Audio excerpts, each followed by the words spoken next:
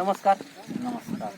नेटसप communication private limited company माध्यमातून आपण प्रगतशील शेतकरी रामचंद्र गायधनी सर यांच्या एक एकर अर्धा एकर मिरचीच्या प्लॉटवर आज आपण इथं उभे आहोत. तर तिन्ही कोणत्या व्हरायटी लावल्यात मिरचीच्या आणि काय काय प्रोडक्ट वापरले आपण त्यांच्याकडूनच समजून घेऊ. तुमचं नाव आणि बाकीची माहिती सांगा. मी रामचंद्र गायधनी, वळदगाव. 7 जानेवारी 2022ला मी मिरचीची लागवड केली. तर 2022ला केली. 2023ला केली, बरोबर आहे. आणि 2000 रोपं नवतेजची आणली आणि 1000 रोपं न्यूटन ही व्हरायटी आणली. तर लावल्यानंतर 8 दिवसात रॅपअप नेटसप कंपनीचं जे रॅपअप आहे त्याचे ड्रिचिंग केलं आणि त्याच्यानंतर 8 दिवसाला मी नेटसप कंपनीचं स्टिमरीज आणि बायोची स्प्रे घेतला. त्यानंतर 15 दिवसांनी 19 सोडलं आणि 8 दिवसाला माझे स्प्रे चालू होते.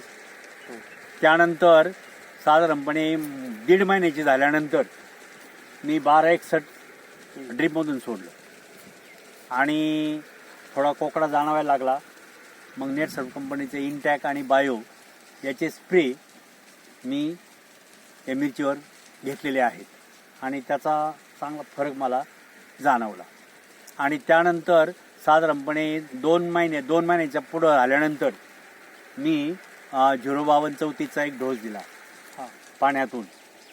आणि 4 दिवसाला वातावरण बदलल्यामुळे 4 दिवसाला मी स्प्रे घेतलेले आहेत, इंटॅक बायो. आणि दुसरं काही वापरलेलं नाही. NPK शेत 2दा सोडलेलं आहे ड्रिपच्या द्वारे. आणि अशा पद्धतीनं हा प्लॉट माझा आलेला आहे. मिरचीची लाग बघू आपण. हा, मिरच्या जर बघितलं मिरच्या भरपूर लागलेला आहे. हा आणि बरोबर. टिमरीजमुळे फुटवा पण भरपूर, फुटवा खूप आहे. हो हो. असं